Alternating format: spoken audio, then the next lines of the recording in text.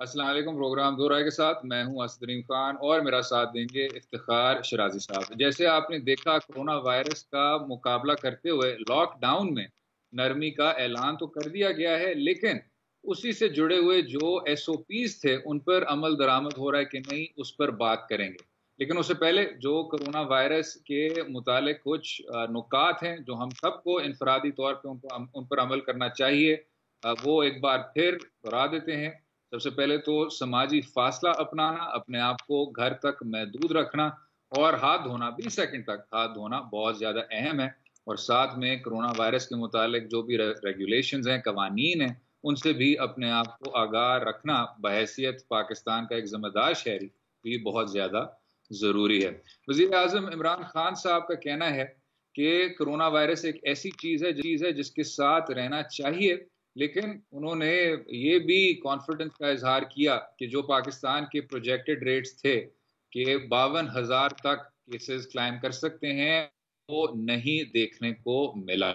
लेकिन दूसरी जानिब जो एक बहुत तशवीशनाक रुझान सामने आया, एसओपीज पर अमल दरामद नहीं हो रहा। लाहौर शहर में 215 दुकानों को सील किया गया और इसी तरह के केसेस देखने को मिले कसूर में, गुजरात में, गुजरांवाला में। हमारे साथ हैं मोहम्मद अली मियाँ साहब, जो कि पाकिस्तान ट्रेडर्स अलायंस के मरकजी सदर हैं। बहुत बहुत शुक्रिया मियाँ साहब शो में शामिल होने का, अपना कीमती वक्त हमें देने का। ये बताइएगा जनाब, जो सिटी एडमिनिस्ट्रेशन इन सारी दुकानों को सील कर रही हैं, शॉपिंग सेंटर्स को भी सील कर रही हैं, क्या एसओपीज का ग्रास रूट्स तक पहुंचना, उस पैगाम को ग्रास रूट्स तक पहुंचना, उसमें नाकामी हुई है? जी बहुत बहुत शुक्रिया असद साहब। मैं आपको थोड़ी सी हिस्ट्री 2 मिनट में हिस्ट्री बता दूं कि जब ये लॉकडाउन लगा था तो उसके 2 हफ्ते के बाद ये मुतालबा आना शुरू हो गया था बिजनेस कम्युनिटी से कि जब लॉकडाउन के जो असरात हैं वो मस्बत आ रहे हैं और अल्हम्दुलिल्लाह आज की डेट तक भी कोरोना वायरस का फैलाव रुक चुका है, तो अब कारोबार को खोलना चाहिए। उस सिलसिले में पाकिस्तान के तमाम चैम्बर्स, अंजुमन ताजरान एसोसिएशन ने अपने भी राय दी और हमारी मीटिंग लाहौर में भी पंजाब लेवल पे असम इकबाल साहब के साथ भी और बाकी होती रही इंतजामिया से। उसमें तीन मॉडल दिए गए थे जो इसको खोलने के लिए लॉकडाउन को। एक ये था कि अब हर सिटी के जो है जोन बना दें और जोन वाइज उसको बारी बारी खोल लें। नंबर 2, या होलसेल मार्केट का और रिटेल मार्केट का टाइम जो है वो अलग-अलग कर दें। नंबर 3। नंबर 4 ये था कि आप अक्रॉस द बोर्ड सारे खोल दें और 24 घंटे के लिए खोल दें। ये 3 चीजें थी, लेकिन अनफॉर्चुनेटली जो national command and control centre है, जिसके पास के सूबे खासकर पंजाब और केपी के, वहां पे हमारी सवाल लेके जाते हैं, वहां तक ये पहुंचते पहुंचते बहस करते करते वो उसकी हैयत चेंज हो गई। आप असद साहब गौर फरमाइए कि आज के दिनों में, ईद के दिनों में, आखिरी अशरे में रमजान के नॉर्मली बाजारों में कितना रश होता है। नॉर्मली ये एक हिस्ट्री है। और जब आपकी मार्केट 50 दिन के बाद खुले, हफ्ते में सिर्फ 4 दिन के लिए खुले और 8 घंटे के लिए खुले, तो मैं समझता हूं कि ये अंदाजा लगाना बड़ा इजी था कि मार्केटों में क्या हाल होगा। ये तो हिस्ट्री थी। दूसरी बात, ये इसके 2 हिस्से हैं जो हमारी ये लॉकडाउन के जो खुला है। एक हिस्सा है जो कि एसओपी का अमल दरामद करना है ताजरों ने। दूसरा हिस्सा वो है जो अमल दरामद करना है अवाम ने, हमारे कस्टमर ने, और ड्यूटी देनी है इंतजामिया ने या आपके जो लॉ एनफोर्समेंट एजेंसीज हैं। अब जहां तक ताजरों की बात है, तो आप यकीन करें आपके डॉन चैनल ने भी, बाकी चैनल ने भी, जो पहले 2 दिन 2 बजे तक जो सर्वे बताया, उसमें ये दिखाया गया कि मार्केट में रश कम है और मोस्ट ऑफ द जो ट्रेडर हैं वो एसओपी पे अमल कर रहे हैं। उन्होंने अपने जो मास्क हैं स्टाफ पे पहने हुए हैं, उनके पास सैनिटाइजर मौजूद है और स्टाफ के दरमियान फासला भी मौजूद है। लेकिन जैसे ही 1-2 बजे के बाद रश पड़ा और मार्केटों में एक मेले का समा हो गया, तो आप बताइए इसमें बेचारे ताजर का क्या कसूर है? ताजर की ये जिम्मेदारी नहीं है, ना ताजर कर सकता है कि वो ग्राहकों को घर से कहे कि आप मत निकलें, आप बारी बारी निकलें। जहाँ पे कंट्रोल्ड एरिया है, जहाँ पे जगह ज्यादा है, जिन दुकानों के आगे आप लाइन लगा सकते हैं, आपने देखा उन दुकानों के आगे लाइन लगी, वो बारी बारी लेके गए। लेकिन असद साहब ये हकीकत है, कराची हो, लाहौर हो, पेशावर हो, पिंडी हो, जो हमारी अक्सर रिटेल मार्केटें हैं, जहाँ पे ईद की शॉपिंग होती है, शूज की ले ले, कपड़े की ले ले, ज्वेलरी की ले ले, गारमेंट्स, इनकी जो मार्केटें हैं उनकी सड़क ही 8-8 फुट की है, 6-6 फुट की है। उस पर तो आप ये गुमान भी नहीं कर सकते किसी तरीके से कि आप सोशल डिस्टेंसिंग कर सके। लेकिन मैं समझता हूँ गवर्नमेंट ने एक नई दिल्ली से फैसला किया, अब इस फैसले पे अमल दरामद करने के लिए आवाम को आगाही देने की जरूरत थी, ताजिरों को टाइम से बताने की जरूरत थी। सूरत हाल ये है कि सुबह मंडे की सुबह को ये लॉकडाउन में 9वीं मार्केट खुल रही थी और रात को 12 बजे गवर्नमेंट पंजाब ने हमें फाइनल एसओपी दी है, रात को 12 बजे डेट पे आए। तो अब वो एसओपी ठीक है, एसओपी में ज्यादा चीजें वही हैं जो कि 3 चीजें में जरूरी होती हैं, एक सोशल डिस्टेंसिंग होती है, एक मास्क होता है, सैनिटाइजर होता है, बाकी चीजें तो जो चलती रहती हैं और ये चीजें हो रही हैं। लेकिन मैं समझता हूँ कि अभी भी जो ये तमाम मलबा ताजर बातें में डाला जा रहा है ये सही नहीं है। ताजर बरादरी ने पहले 2 दिन जो काम किया था, जो थोड़ी उसमें कोताहियां थी, वो दूर कर चुकी है। ताजर खुद अपनी जिंदगी के अपने कारोबार के रखवाले हैं, उनके अपने मुफाद में हैं, लेकिन टाइम कम होने की वजह से, अयाम कार कम होने की वजह से और ईद की वजह से जी, और जो हमारी आवाम है वो उससे निकल नहीं है, उस वजह से जो बाजार में रश नजर आ रहा है। मैं तमाम आपके तवज्जो से मीडिया को मियाँ साहब देखें, आपकी काफ़ी बातें हम मान लेते हैं कि चलो आखिरी अशरा है, लोग 50 दिनों तक घर में कैद रहे, एक तरह से नहीं निकल पाए, वक्त बड़ा कम है, लोगों ने ख़रीदारी करनी है। और ये भी आप फरमा रहे हैं कि इंतज़ामिया ने अपना कंट्रीब्यूशन जो था लोगों को डिस्टेंस रखना या सोशल डिस्टेंसिंग को मेक श्योर करना, शायद वो भी नहीं कर पाए। लेकिन हम तो देख रहे हैं जो मीडिया दिखा रहा है मियाँ साहब कि खुद ताजरों ने, शॉपकीपर्स ने मास्क नहीं पहने हुए। कम से कम वो तो लोगों को कह सकते हैं, जब किसी की शॉप पे कोई खरीदार आता है तो कम से कम वो तो लोगों को एजुकेट कर सकते हैं कि भाई थोड़ा फासले पे रहें, ये आपके लिए भी जरूरी है, मेरे लिए भी जरूरी है। अगर ये चीजें वो नहीं करे तो इस एंड पे तो कम से कम अपनी ताजर बिरादरी को आप कंडेम करें कि जो उनकी रिस्पॉन्सिबिलिटी वो पूरी नहीं कर रहे वो। जी, मैं 100% आपके साथ हूं इफ्तिखार साहब। हमने कल भी इंतजामिया से कहा है, जो मीटिंग हुई है, कि जो ताजर आज के बाद, पहले भी 3 दिन ग्रेस पीरियड दे दिया, चले उनको अवेयरनेस आ गई या जल्दी थी, आज के बाद तो ये बल्कि हुआ भी है। जो लाहौर में जो 600 दुकानें सील हुई हैं, इसमें तो कोई दो राय नहीं है। जो ताजर इस पे अमल नहीं करता, ताजर की दुकान को बंद की जाए, ना तो पूरी मार्केट को बंद की जाए। यहाँ क्या हो रहा है कि 500 दुकानों में से 2 दुकानदार, 10 दुकानदार अगर अमल दरामद नहीं कर रहे तो उसकी सजा पूरी मार्केट को नहीं देनी चाहिए, एकदम से शटर बंद कर दे। लाहौर में ऐसे हुआ है, अनारकली में ऐसे हुआ है कि अगर 10 ताजरों ने कोताही की है उसकी सजा बाकी 2000 ताजरों को आप नहीं दे सकते। मैं बिल्कुल कहता हूँ कोई चैम्बर, कोई अंजुमन ताजरान, कोई एसोसिएशन उस ताजर का साथ नहीं दे सकती जो कि एसओपी अमल दरामद नहीं कर रहा, क्योंकि ये ताजर का मसला नहीं है, ये पूरे पाकिस्तान के मुआशरे का मसला है, हमारी इकोनॉमी का मसला है। तो मैं इस बात से मुतफिक हूँ कि जो ताजर, लेकिन असल मसले की तरफ मैं फिर लाना चाहूँगा। असल मसला यही है इतराज साहब कि ये जो टाइम कम है, 8 घंटे का मतलब है कि रोजों में लोग सो के सुबह 11-12 बजे उठते हैं और 5 बजे तक उसने 2 घंटे शॉपिंग के लिए निकलना खा ली, तो ये रश बढ़ेगा। ये आने वाले दिनों में रश इसी तरह रहेगा, पब्लिक आउट ऑफ कंट्रोल हो जाएगी।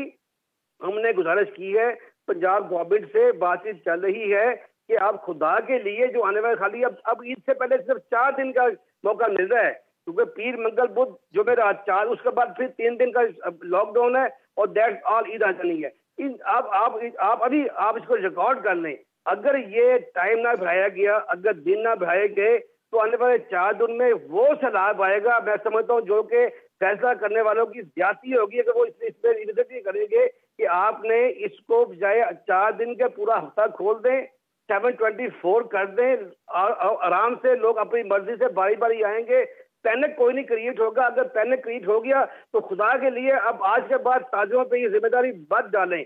जो ताजर मास्क के बगैर होगा, जिसके पास सैनिटाइजर नहीं होगा, उस पर हम खुद जाकर उसको बंद करवाएंगे, उसकी जिम्मेदारी है। लेकिन खुदा के लिए क्या करें, जब 10 फुट की मार्केट की रोड होगी, 6 फुट की सड़क होगी आपकी बानो बाजार की, तो वहां पे जब लोग एकदम से इज़्दिहाम की शक्ल में आएंगे तो फिर मैं कहता हूँ कोई एसओपी वहां नहीं चल सकते। ये अवाम को आगाही देने की जरूरत है। और आखिरी बात मैं ये कहूंगा कि इसके अलावा जो ट्रैफिक डिपार्टमेंट है उसकी जिम्मेदारी बहुत बढ़ चुकी है। जो जिले इंतजामिया है जिससे कंट्रोल करना है ट्रैफिक कंट्रोल को, जब कम टाइम में ज्यादा गाड़ी आएंगी तो आने वाले ही फंस गए, जाने वाले बाहर मार्केट से फंस गए, और वो इतना इज़्दिहाम होता है, फिर वो कहते हैं देखे ताजर क्या कर रहे हैं। भाई मार्केट अगर गाड़ियां अगर खड़ी हैं, अगर शालमी चौक पूरा चौक हो गया है, उसमें भाई लोग जाने वाले। जी सर, बिल्कुल ठीक मियां साहब, क्योंकि हमारा वक्त जरा कम हो रहा है। आपने 2 अहम नुकात उठाए। एक आपने कहा कि एक इंसानी सैलाब आएगा जिस तरह ये दिन आगे बढ़ते जाएं। दूसरा, आपने कहा कि 6 फुट की मार्केट, 10 फुट की मार्केट में समाजी फासला किस तरह आदमी अपनाए। तो इन दो नुकात को सामने रखते हुए क्या लाहे अमल तय होना चाहिए हुकूमत और ताजिर बरादरी के बीच कि ये सब जो मामलात हैं ये समेट लिए जाएं, मार्केट का जो डिमांड है उसको भी मीट किया जाए, लेकिन एक ऐसा तरीका अपनाया जाए कि इन एसओपीज पर अमल दरामद हो सके। ये डिस्कशंस में चीज उठा रहे हैं पंजाब हुकूमत के साथ? बिल्कुल, ये बिल्कुल पंजाब हुकूमत साहब वहाँ पर रिक्वेस्ट कर रहे हैं। लाहौर चैम्बर में जिसकी आकर सुना जवाब साहब ने अपने जज्बात का इजहार किया था, हमने दोबारा उनसे कहा है कि रश को कम करने का एक ही तरीका है। या तो आप दो तरीके हैं, या तो आप बिल्कुल वहाँ लॉकडाउन लगा दे, रश नहीं आएगा। अगर आपने रश को खत्म करना है तो फिर टाइम स्पैन ज्यादा कर दें और दिन को बढ़ा दें। ये दो ही हल है, तीसरा हल कोई नहीं है। अगर 4 दिन को जाए 7 दिन ना किया गया, 24 ओवर ना किया गया और टाइम ना बढ़ाया गया, तो फिर मैं समझता हूँ कि रश होगा। फिर ताजों पर जिम्मेदारी नहीं आएगी, जिम्मेदारी उसकी आएगी जो कि ये चीज अभी तक पिछले 4 दिन के तजर्बे से नहीं सीख रहा। आप कराची की मार्केट ले, लाहौर की मार्केट ही ले लें, जो कराची की वीडियो वहां पे चली है वीडियो, जहाँ पे पुलिस निकाल रही है बाहर, आपने खुद देखा। पुलिस दुकानदार कुछ नहीं कह रही, वो पब्लिक कह रही है आप बाहर निकल जाए, रास्ता लगाएं, मार्केट बंद कर रहे हैं। भाई पब्लिक को बाहर निकालो तो बार बार अंदर आने दो। वो दुकानदार को कुछ नहीं कह रहे, वो पब्लिक को कह रहे हैं कि रश हो गया है, बंदा चढ़ गया है, आप बाहर निकल जाए, मार्केट बंद कर रहे हैं। तो खुदारा ये रश को कम करने के लिए सिर्फ आप ये 7 दिन दे दे पूरे काम करने के लिए, और 24 घंटे दे दे। जो दुकानदार खोलना चाहे वो 10 घंटे खोल ले, 12 घंटे खोल ले। फिर जो मार्केटें हैं जहाँ रश ज्यादा है, खास तौर पे हम सारी मार्केटें निकाले जहाँ पे रश ज्यादा होता है, जो गारमेंट्स का है, जो ज्वेलरी स्टोर है, जो बच्चों की चीजें मिलती हैं, जो उन शूज स्टोर हैं, उन मार्केटों में आप ज्यादा टाइम देंगे तो ये स्पैन भर जाएगा। लोग एक टाइम में भाग के नहीं आएंगे, अपनी ईद से बाहर निकलेंगे। इसलिए दो ही हल है, एक तो आप पूरा 7 दिन इसको खोल लेते मार्केटों को अक्रॉस द बोर्ड और टाइम बढ़ा दें इसका। इंशाल्लाह मैं समझता हूँ पाकिस्तान की बिजनेस कम्युनिटी पैनिक में नहीं आएगी, और बिजनेस कम्युनिटी भी और अवाम भी। अवाम ने चीजें लेनी है, निकलना है बाहर। तो मैं समझता हूँ कि पब्लिक को भी अवेयरनेस कैंपेन चलाने की बहुत जरूरत है। गवर्नमेंट चला भी रही है, कल से देखा है मैंने, मजीद इसको चलाना चाहिए। और जब पता होगा मुझे कि यार मेरे पास 12 घंटे या 18 घंटे शॉपिंग का है, तो मैं अपने इस टाइम पे जाऊँ जब रश कम होगा। खुद भी लोग उस टाइम पे निकलेंगे जब रश कम होगा। इसलिए यही गुजारिश है, जो भी कोरोना कंट्रोल सिस्टम है, फाइनल फैसला वहीं से आता है और बड़ी तखीर से आता है। वो जो मुनीर नियाज़ी ने कहा था हमेशा देर कर देता हूँ मैं, तो ये देर वाली बात ही होनी चाहिए, क्योंकि अब ये बिल्कुल आखिरी अयाम है, जल्दी फैसला होना चाहिए। और मैं समझता हूँ कि ये कल परसों से ही ये मार्केटें खुल जानी चाहिए, मंडे का इंतजार नहीं होना चाहिए। चलें जनाब, मुनीर नियाज़ी साहब की बात शुरू करते हैं। जी शिराजी साहब, एक सवाल आप शामिल करना चाहेंगे? बिल्कुल मैं इससे बिल्कुल मैं भी इत्तेफाक करता हूँ कि क्योंकि ईद का आखिरी दिन रह गए ईद से, तो मेरा ख्याल में ये स्ट्रेटेजी अब नहीं चलने वाली कि आप 3 दिन बंद रखें और सिर्फ 4 दिन खोलें। मेरा ख्याल में इस हवाले से मियाँ साहब ठीक कह रहे हैं कि अगर आप स्पेस बढ़ा देते हैं, टाइम बढ़ा देते हैं, फिर रश को कम किया जा सकता है, मैनेज किया जा सकता है। मैं कम से कम इस बात से इत्तेफाक करता हूँ। चलें, इसी पर मोहम्मद अली मियाँ साहब, प्रेसिडेंट पाकिस्तान ट्रेडर्स अलायंस, बहुत बहुत शुक्रिया शामिल होने का, अपना वक्त देने का। इसी पर वक्फा लेंगे, गुफ्तगू जारी रहेगी। इससे गदा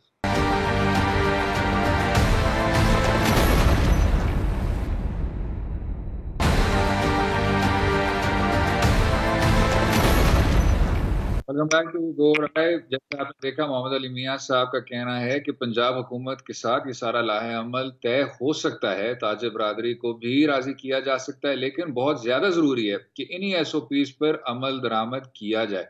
शिराजी साहब, जो सूरत हाल था लाहौर शहर में, गुजरांवाला, कसूर में, उधर तो ऐसा लग रहा था कि एसओपीज पर कोई अमल दरामद नहीं हो रहा।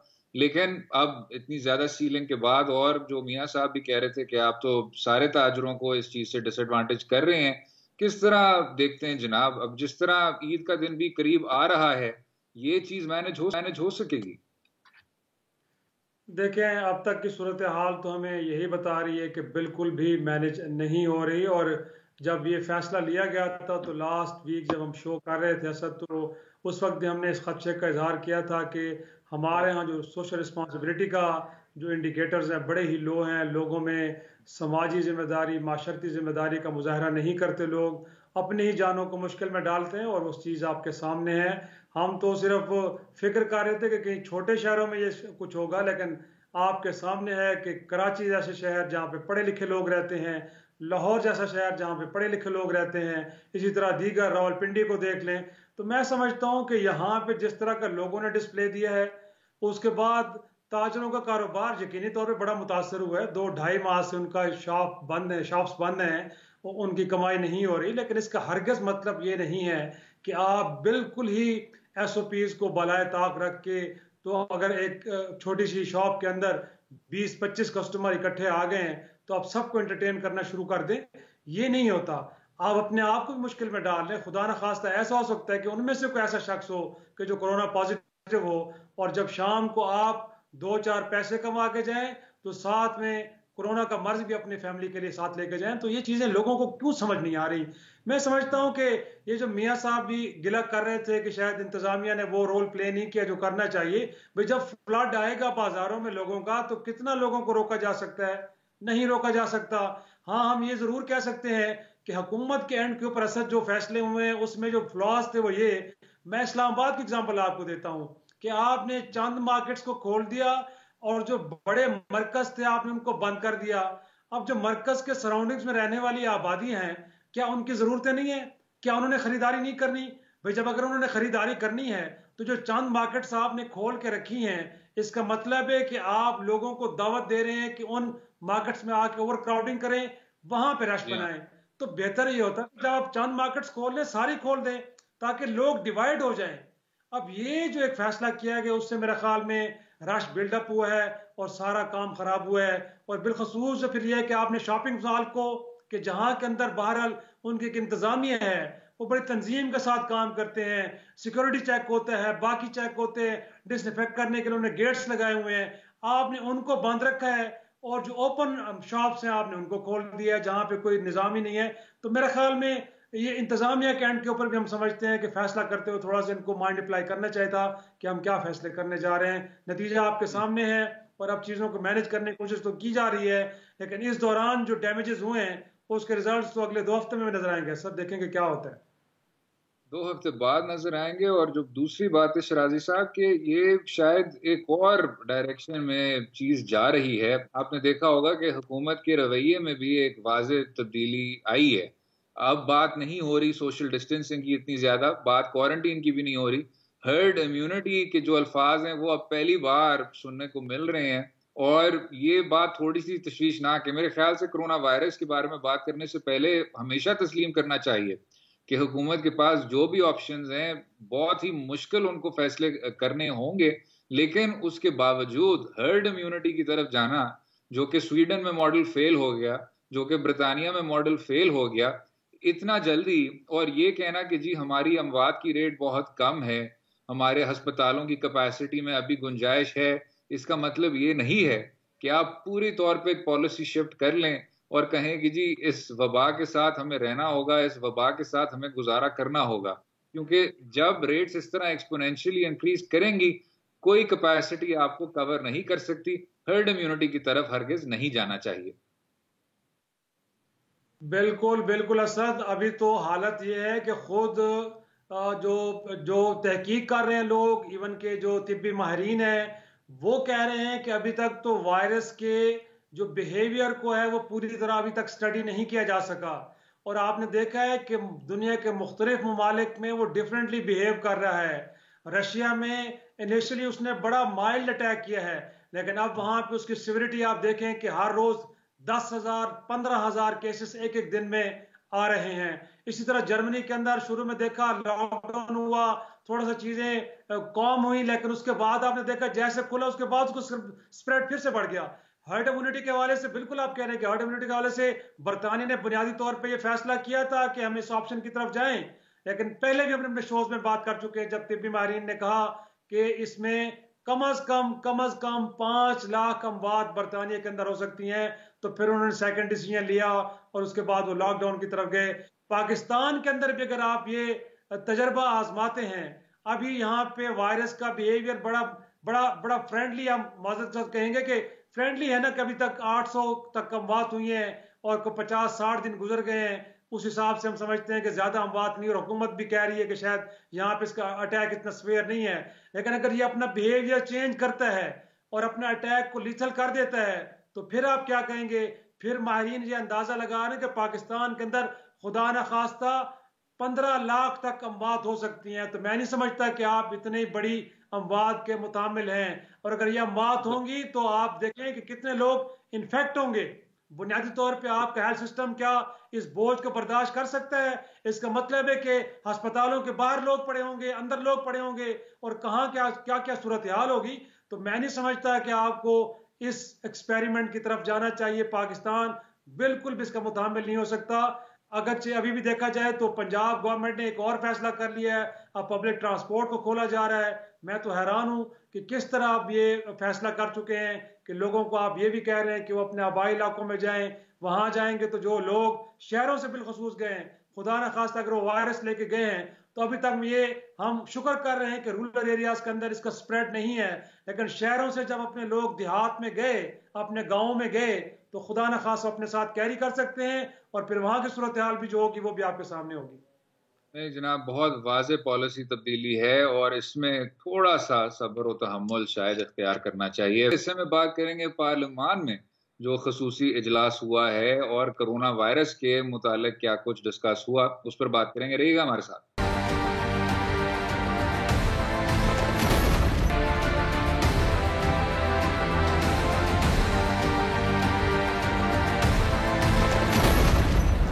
दो राय जो ज्यादा रवायती प्रोग्राम है वो अक्सर पुराने क्लिप अपने चलाते हैं और दिखाते हैं कि किस तरह जो प्रेडिक्शन पहले की गई थी वो सच साबित हुई। हम उससे थोड़ा सा हटके हैं, तो इसलिए मैं वो कैपेसिटी पूरी कर लेता हूँ। इफ्तिखार शिराजी साहब ने इसी शो पे ये कहा था, प्रिडिक्ट किया था कि इस खसूसी सेशन से पहले ही उन्होंने कहा कि जी जो भी डिस्कशन होगी बेबुनियाद होगी, तामीरी नहीं होगी, एक दूसरे पे तनकीद करेंगे और उससे आगे बात बढ़ेगी नहीं। अफसोस साबिक वजीर आजम शाहिद खाकान अब्बासी साहब ने बिल्कुल ठीक कहा, भेजा कहा, उनकी तनकीद दुरुस्त थी कि कोई ना तो इकोनॉमिक रिलीफ से मुतालिक कोई पैकेज था, ना उसका कोई ऐलान था, कोई पॉलिसी प्रपोजल्स नहीं थे मेडिकल ट्रीटमेंट के, कैपेसिटी के, वगैरह वगैरह। लेकिन दूसरी जानिब वजीर इत्तलात और पाकिस्तान तहरीक इंसाफ के नुमाइंदों ने वही फिर उंगली उठाई हिज़्ब इख्तिलाफ पर कि कोई हमें ठोस इकदामात बताए जाएं। और ये पीटीआई हुकूमत की एक काफ़ी नुमाया पॉलिसी देखने को मिल रही है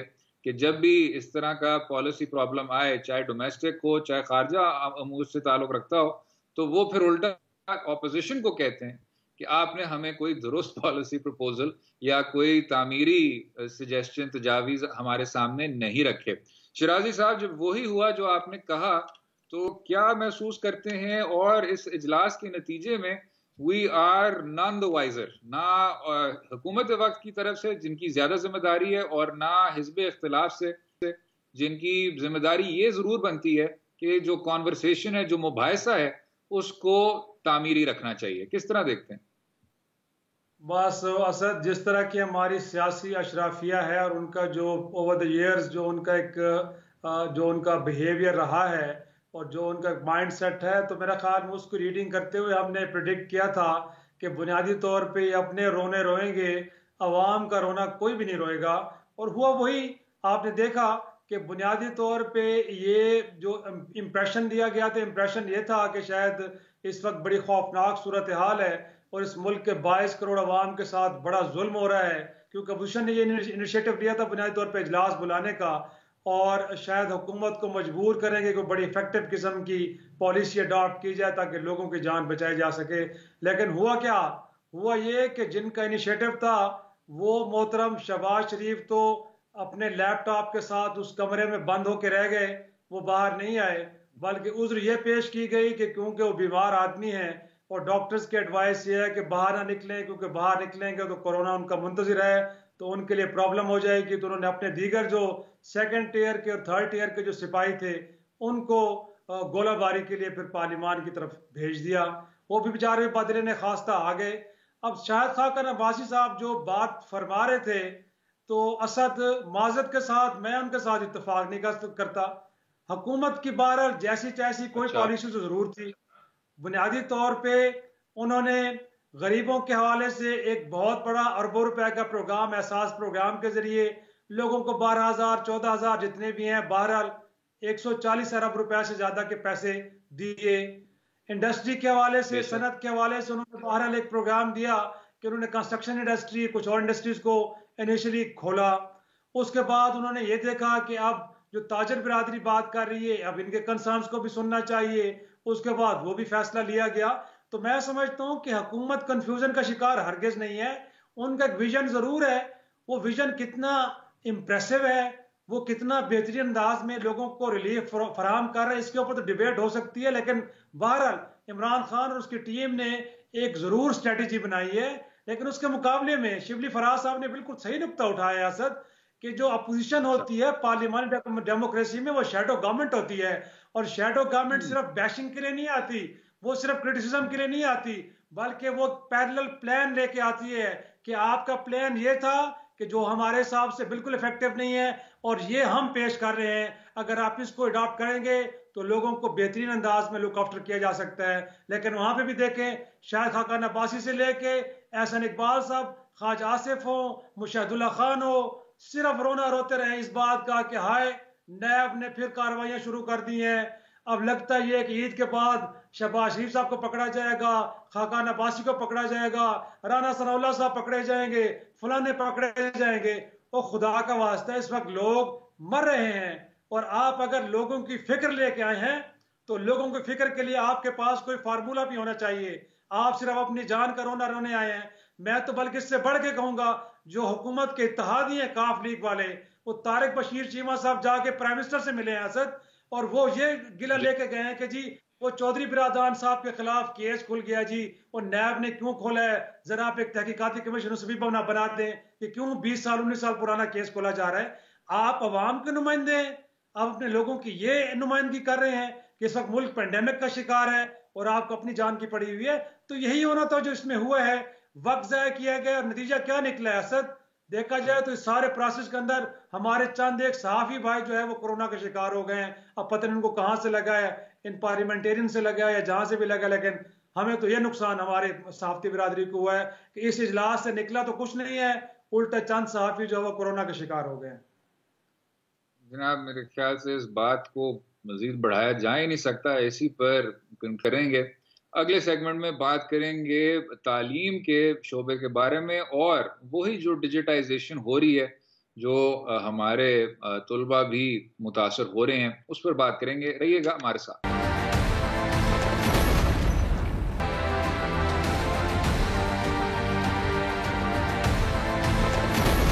वेलकम बैक टू दो राय। कोरोना वायरस की वबा से दुनिया भर में तालीम के शोबे पर गहरा असर पड़ा है और तुलबा भी बेतहाशा मुतासर हुए हैं। हमारे साथ माहिनाज एजुकेशनिस्ट ज़फ़रुल्लाह खान साहब हैं। बहुत शुक्रिया ज़फ़रुल्लाह साहब जो ज्वाइन करने का, हमें अपना कीमती वक्त देने का। ये बताइएगा जनाब, और इसी शो पे हम अल्लामा इकबाल ओपन यूनिवर्सिटी के वाइस चांसलर से भी यही बात कर रहे थे कि डिजिटलाइजेशन जनाब, जब आप इंटरनेट पे या डिजिटल फोरम पे ये सारा शिफ्ट करेंगे, चाहे वो एग्जामिनेशंस हो, चाहे वो स्टडीज हो, ये ट्रांजिशन कितना मुश्किल होगा। और वो बच्चे जो फार फ्लंग एरियाज में होंगे, रूरल एरियाज में होंगे, उनके लिए ये गैप जो है उसको किस तरह ब्रिज करें ज़फ़रुल्लाह साहब? बहुत शुक्रिया। यकीनन ये एक बहुत बड़ा चैलेंज होगा पाकिस्तान के लिए भी और दुनिया भर में भी। लेकिन मैं यहाँ आपके देखने वालों को एक बात अगर बताऊं कि पाकिस्तान एक ऐसा मुल्क है जहाँ 1960 में एजुकेशनल टेलीविज़न पे काम हुआ, 1974 में डिस्टेंस लर्निंग की एक फुल फ्लेज यूनिवर्सिटी बनी, पीपल्स ओपन यूनिवर्सिटी, जिसे आजकल अल्लामा इकबाल ओपन यूनिवर्सिटी कहते हैं, और सन 2002 से हमारे पास एक वर्चुअल यूनिवर्सिटी भी है। अब होना तो ये चाहिए था कि हम टेक्नोलॉजिकली अपनी तालीम का रिश्ता इतना मजबूत कर चुके होते कि ये छोटी आजमाइशें लगती हमें, लेकिन ये हमें एक बड़ी आजमाइश लगती है। उसकी वजह यह है कि ये वन साइज़ फिट ऑल नहीं होगा। प्राइमरी स्कूल तक की एजुकेशन या मिडिल स्कूल तक की एजुकेशन और अंदाज में होगी। 9वीं 10वीं में बहुत सारे साइंस के एक्सपेरिमेंट्स आ जाते हैं, वो मुख्तलिफ होगी। कॉलेज एजुकेशन अलहदा होगी, यूनिवर्सिटी एजुकेशन अलहदा होगी। हमारी तैयारी नहीं है, और तैयारी ये नहीं है कि हमारे पास हमारे जो टीचर्स हैं, हमारे जो यूनिवर्सिटी प्रोफेसर्स हैं, उसमें से बहुत सारे बीबीसी हैं, बॉर्न बिफोर कंप्यूटर्स। उनके पास पढ़ाने के पुराने 20वीं सदी के या बाज़ के पास शायद 19वीं सदी के मेथड्स हैं।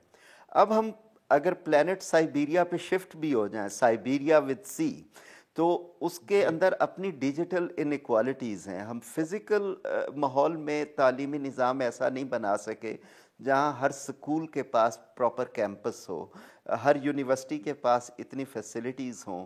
हमने देखी हैं तस्वीर के कई स्कूल दरख्त तले हैं, तो वहाँ पे आप वाईफाई या किस किस्म का तसव्वुर कर सकते हैं। शायद उसके लिए हमें अप्रोच करना पड़े एफएम रेडियोज़ के नेटवर्क को।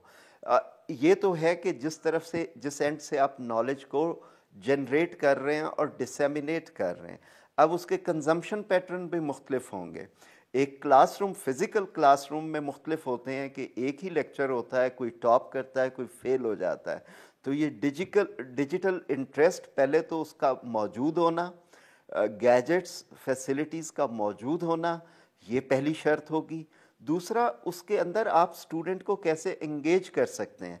क्लासरूम में तो आप बड़े हाजिरी लगा के, जुर्माने करके, कीप क्वाइट करके, साइलेंस प्लीज करके, पता नहीं क्या क्या अंदाज में करते रहते हैं बच्चों को एंगेज, फिर भी ड्रॉप आउट रेशो होती है। तो अब जहाँ पे सेकंड एंड पे कोई उस तरह का वो है ही नहीं कंपल्शन, तो कैसे होगा। तो ये चैलेंजेस हैं।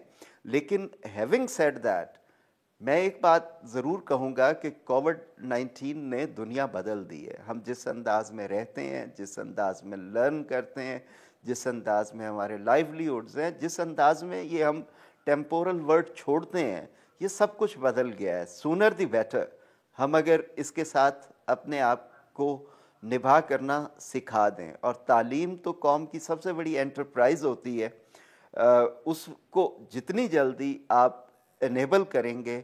सिर्फ एक रिस्क मैं वार्न करूंगा कि टीचर्स ट्रेनिंग पहले करें कि वो जो नॉलेज जनरेशन एंड है, वहाँ पे authentic knowledge, interesting knowledge, engaging knowledge generate हो सके। तो ज़फ़रुल्लाह साहब, बड़ी ज़बरदस्त तरीके से आपने सारे सूरत हाल को एक तरह से डिस्क्राइब किया है।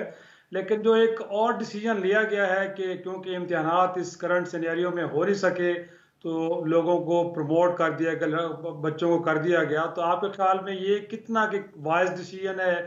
फिर ऐसे में कि जब अगला तालीमी साल शुरू ही नहीं हो सकता, तो फिर इस उजलत में इस फैसले की ज़रूरत क्यों पेश आई? जब आप दोबारा से क्लासेस को ऑन नहीं कर रहे, तो अगर डिले उस एंड पे भी है तो फिर एग्जाम का डिले भी हो सकता था और एक साल जाया हो जाता। लेकिन कम से कम आप एग्जाम के प्रोसेस से गुजार के लोगों को प्रमोट करते, रादर ये कि आपने गधों घोड़ों को एक ही जगह बांध दिया है। तो इस फैसले को कैसे देखते हैं आप? शिराजी साहब, इसमें ये बड़ा अच्छा सवाल है। दो अजम्पशंस हैं शायद। पहले तो मैं एक तारीखी वाक़या आपको बताऊं कि 1977 में इसी किस्म के एक फ़ैसले के हमारी नस्ल के लोग भी बेनिफिशरी थे। इलेक्शंस हुए मार्च में और उसके बाद तहरीक चली, तो मुझे याद है मैं 5वीं में था या 6ठी में था, हमें भी एक प्रमोशन मुफ्त में मिली थी। लेकिन प्रमोशन क्रिटिकल 2 फेजेस पे है। एक, जैसा कि आप 10th का एग्ज़ाम पास करते हैं, क्योंकि वो एक सर्टिफिकेशन है। 9वीं जमात तक शायद उसका वो असर नहीं पड़ता, 9वीं का पड़ता है क्योंकि वो आपकी सर्टिफिकेशन में एग्रीगेट होती है। यही कैफियत फिर 12th ग्रेड की है, जिसकी बुनियाद पे आप मेडिकल कॉलेज, इंजीनियरिंग यूनिवर्सिटी या दीगर शोबों में जाते हो। और आई वुड से कि अजम्पशन, शायद नीयत अच्छी है कि अगर हम कोविड पे काबू पा सकते हैं तो बच्चे आगे कॉलेज, यूनिवर्सिटी ज्वाइन कर सकें। और उसमें आप देखें कि बड़ा जेनरसली एक 3% का प्रीमियम भी दिया गया है कि जो ग्रेड था उससे ऊपर देंगे। बाकी क्लासेस में प्रमोशन मैटर नहीं करती, ये सिर्फ जो क्रिटिकल टर्निंग पॉइंट्स हैं इस पे प्रमोशन मैटर करती है। और अब ये सिर्फ पाकिस्तान में नहीं हुआ। मेरी अपनी बेटी ए लेवल्स का पार्ट 2, उसे दुनिया की कई यूनिवर्सिटीज़ में एडमिशन मिला, लेकिन अब उसके लिए चैलेंज यही है कि एग्ज़ाम नहीं हो पा रहा। तो इवन कैम्ब्रिज जैसी यूनिवर्सिटी भी ये फैसला कर रही है कि पुराने ग्रेड्स की बेसिस पे असेस कर सकते हैं, स्कूल में किए हुए काम की बेसिस पे असेस कर सकते हैं। तो ये एक मुश्किल और कठिन ज़मानों में एक कठिन फैसला है, और ये नहीं है कि ये बिल्कुल हवा में होगा, पिछले ग्रेड को मद्देनज़र रख के होगा उसमें, बल्कि पाकिस्तान ने ये अच्छा किया है। क्योंकि होता ये है कि पहले साल अगर नतीजा बुरा है तो माँ बाप की डांट के नतीजे में, कभी अपनी रियलाइजेशन के नतीजे में आप थोड़ी सी मेहनत ज़्यादा करते हो, तो वो भी अक्रॉस द बोर्ड दिया गया है। सिर्फ ये जो टर्निंग पॉइंट पे है 10th का एग्ज़ाम और 12th का एग्ज़ाम, ये बहुत मैटर करता है।